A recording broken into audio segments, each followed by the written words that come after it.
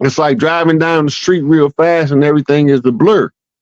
Mm. But if you periodically take a picture, you say, I didn't even know I missed that. Mm. That's what the art is. Mm. Deep. Deep. So now you look back on the art, and then you can see the spiritism in the art form that allow you to read the pulse of the people when they put it on the drum. Mm. You know, Hadith say Muhammad told his subjects to bring him the duffs. That's the drums. You got drums in Islam. You got drums in tribal culture of Africa.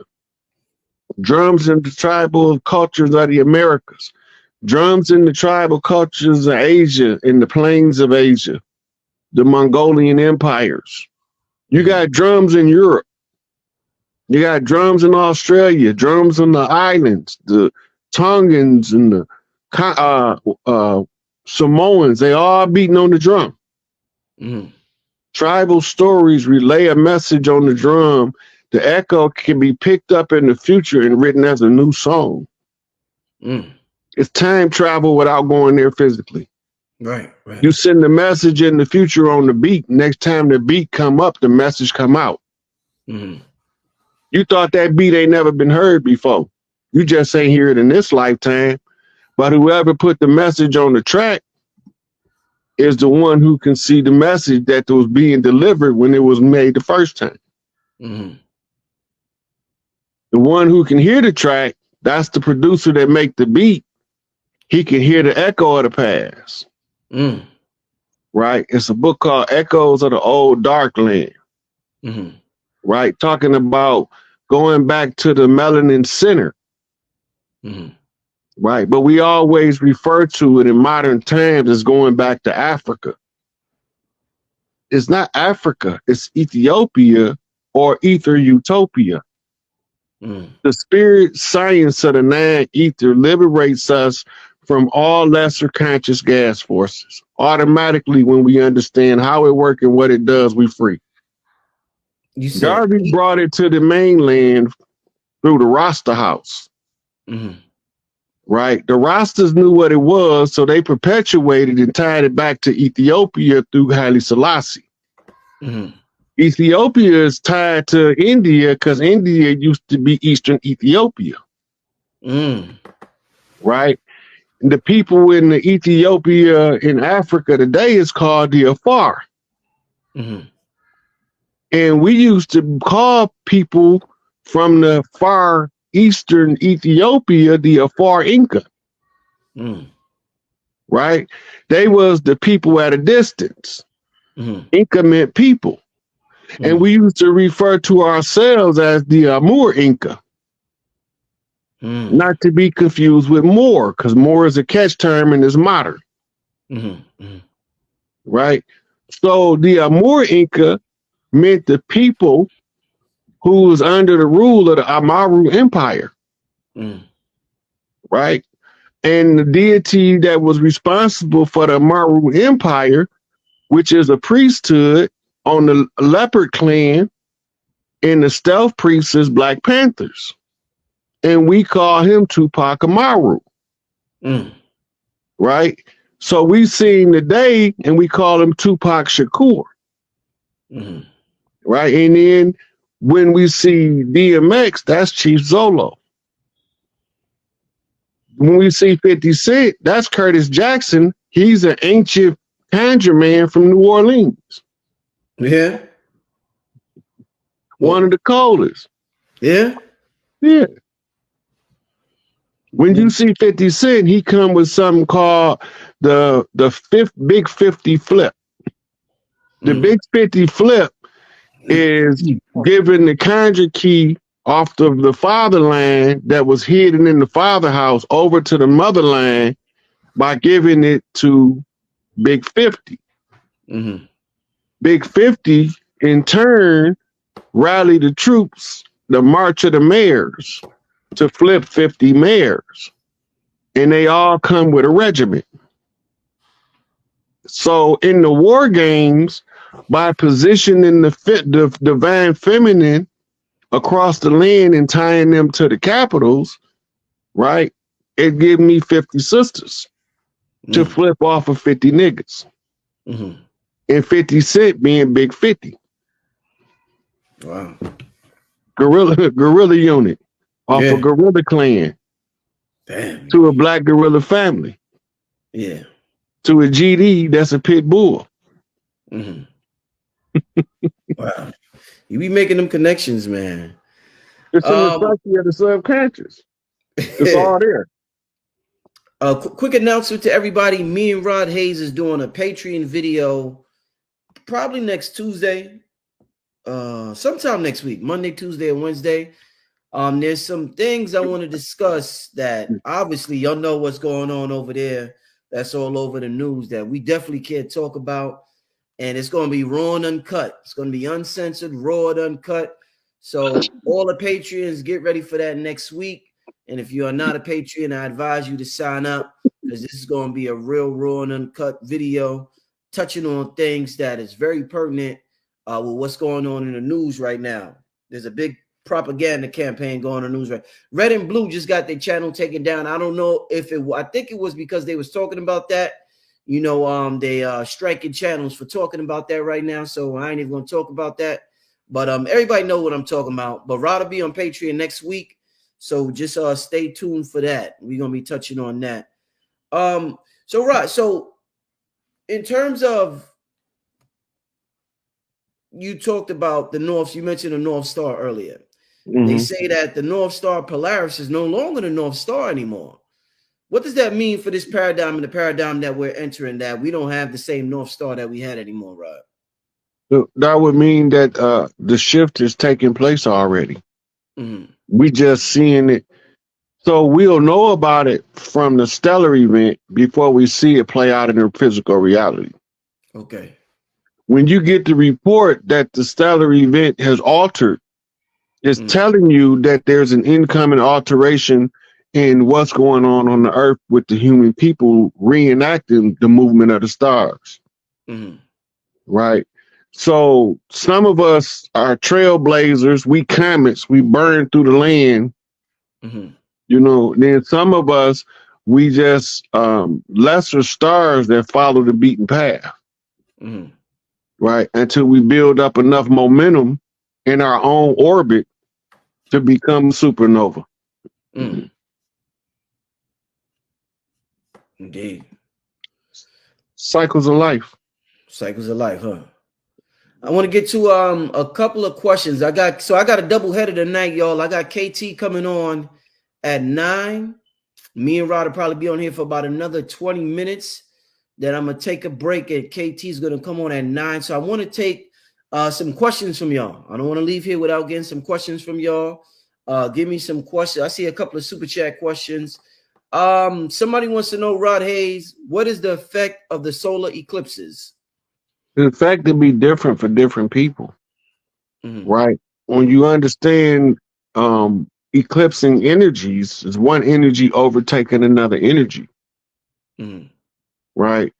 And the symbolism is timed to the divine feminine reclaiming their power on earth from the less than divine masculine usurpers. Mm-hmm. The timing is synchronized, so it can mean a lot of stuff depending on your spiritual rank. Okay. The lesser your rank, the less it means. Then some people, it ain't gonna mean shit. They just NPCs anyway. Mm-hmm. Right. But then some people, it's gonna change the world for them. Their whole paradigm just shifts.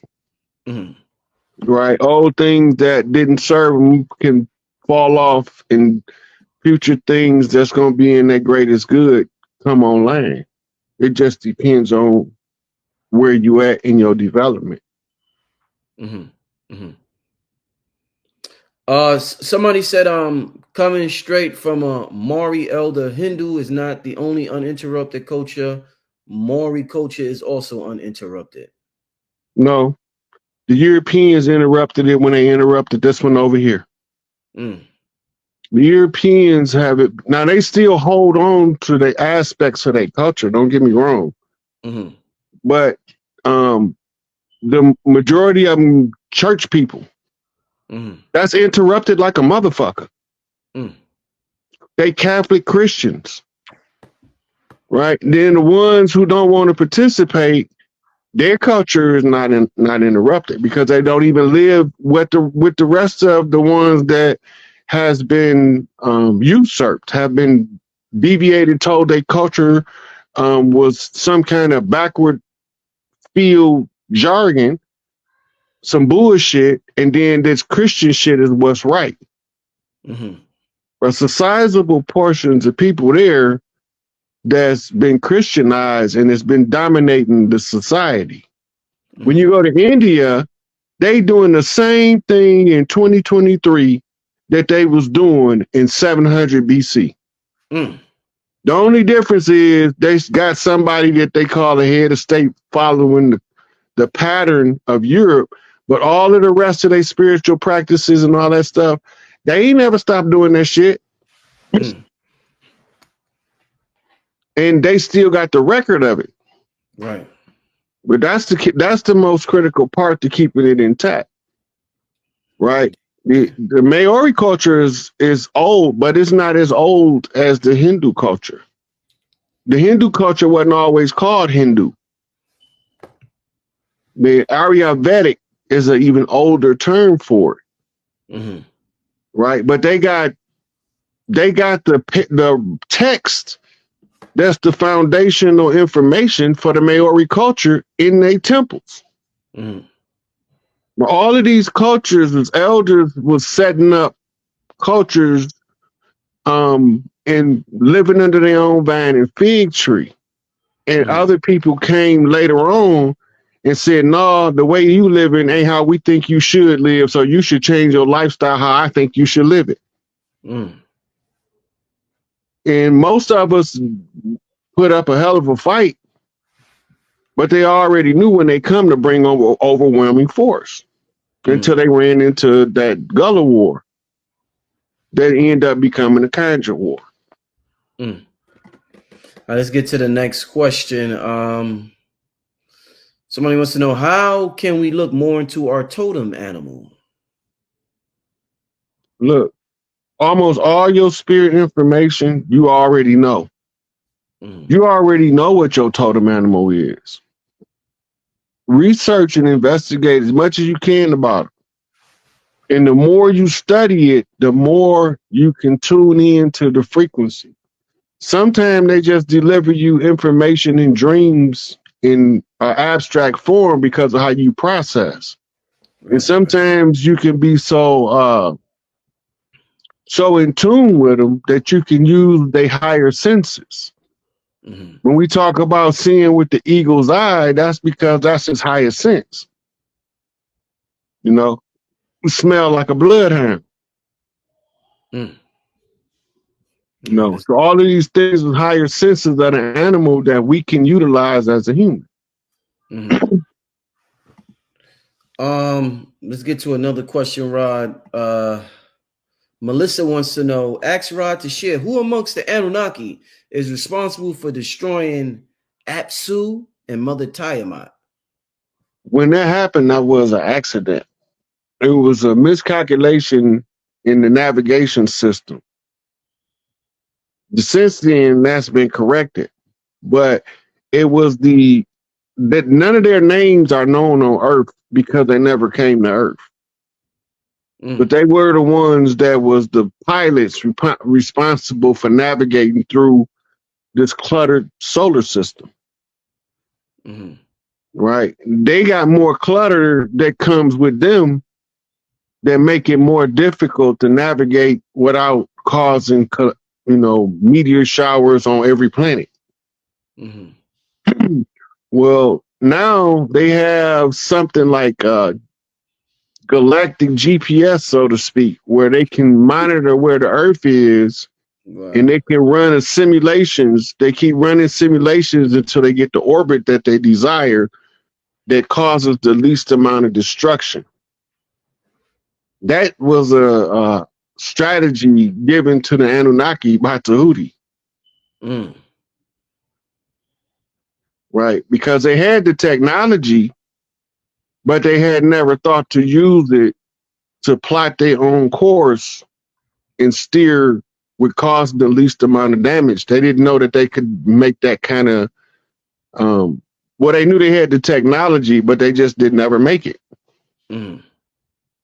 So now they made it and it's working, because you would have been seeing the Nibiru in the sky because it's big as hell. They just seen it already in different parts of the planet.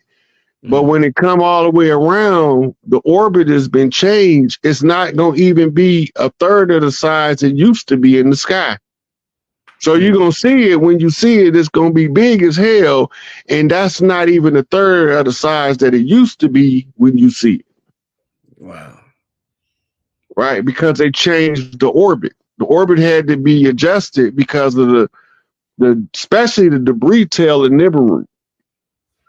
We still getting iron oxide, but it's coming in patches. Before, it was coming in the whole storm, had a whole planet red. Now it's coming in patches. That's a good sign. That means they just out of the reach where the tailwind is not smothering us, so to speak. And it's minimizing the potential for the so-called doomsday. Because every time they used to come, the crust used to flip. But this time, only the core flipped. That means that they adjusted it just out of the reach of the planet enough where it won't cause the surface to flip, but it will cause the inner pole to flip. So before it flipped, it got to stop. That happened back in January. And when it picked back up and started rotating again, it's going to go the opposite direction. They reported that 6 days later. That's the reversal of the poles without the crust flipping this time. It's all part of the redemption process. The more we do what we're supposed to do, the more we get to divert all of the catastrophes. Oh, they call it near misses. Bad shit gonna happen, but worst case scenarios never occur. Right. So bad shit gonna happen, but worst case scenarios never occur. Because there's always a minimizing ritual you could play out to reduce the activity of the whole overall catastrophic event. Right. They could have did 9/11 to minimize nuclear holocaust.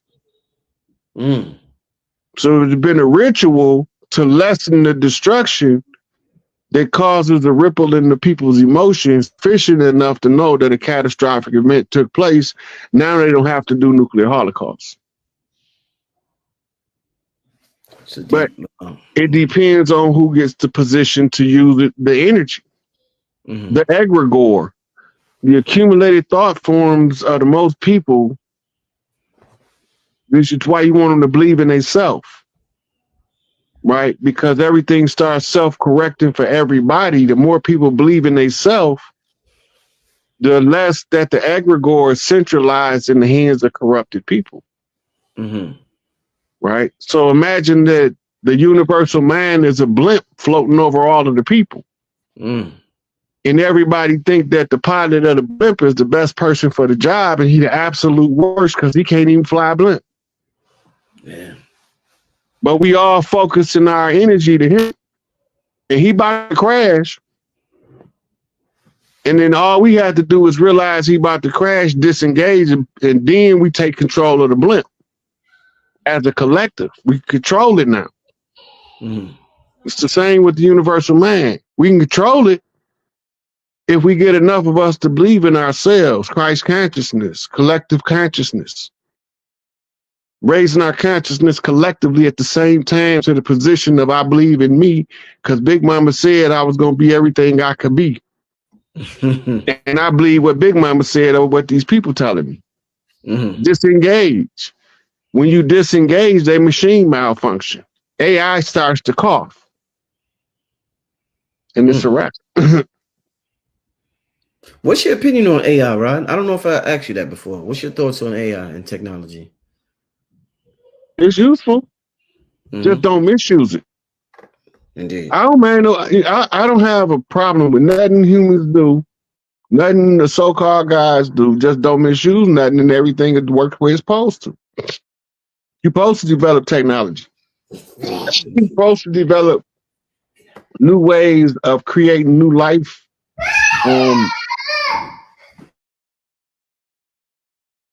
Creating new life experiences in best life scenarios, no matter what's going on around you. You know, so AI in and of itself, it's just AI for 4-bit quantum encryption. It's still not God mind. Right. In the 3D, the God mind is a 19-bit quantum encryption. That guy's no match. Well, what's a 19-bit quantum encryption? That's the speed in which data can be processed across that many different dimensions, 19 dimensions of information. The AI got a limiter. The limiter is it can't go past 4th dimensional mind matrix. Once the human mind gets the 5th dimensional spirit soul matrix, AI can no longer control it. You outgrow AI. But as long as you stay within the frequency range of the AI, it can dominate and control. Right. So everything within 4th dimensional mind matrix down, AI can some kind of way influence or manipulate. But it can only do according to its program. It can't break from its program because it's only artificially derived intelligence.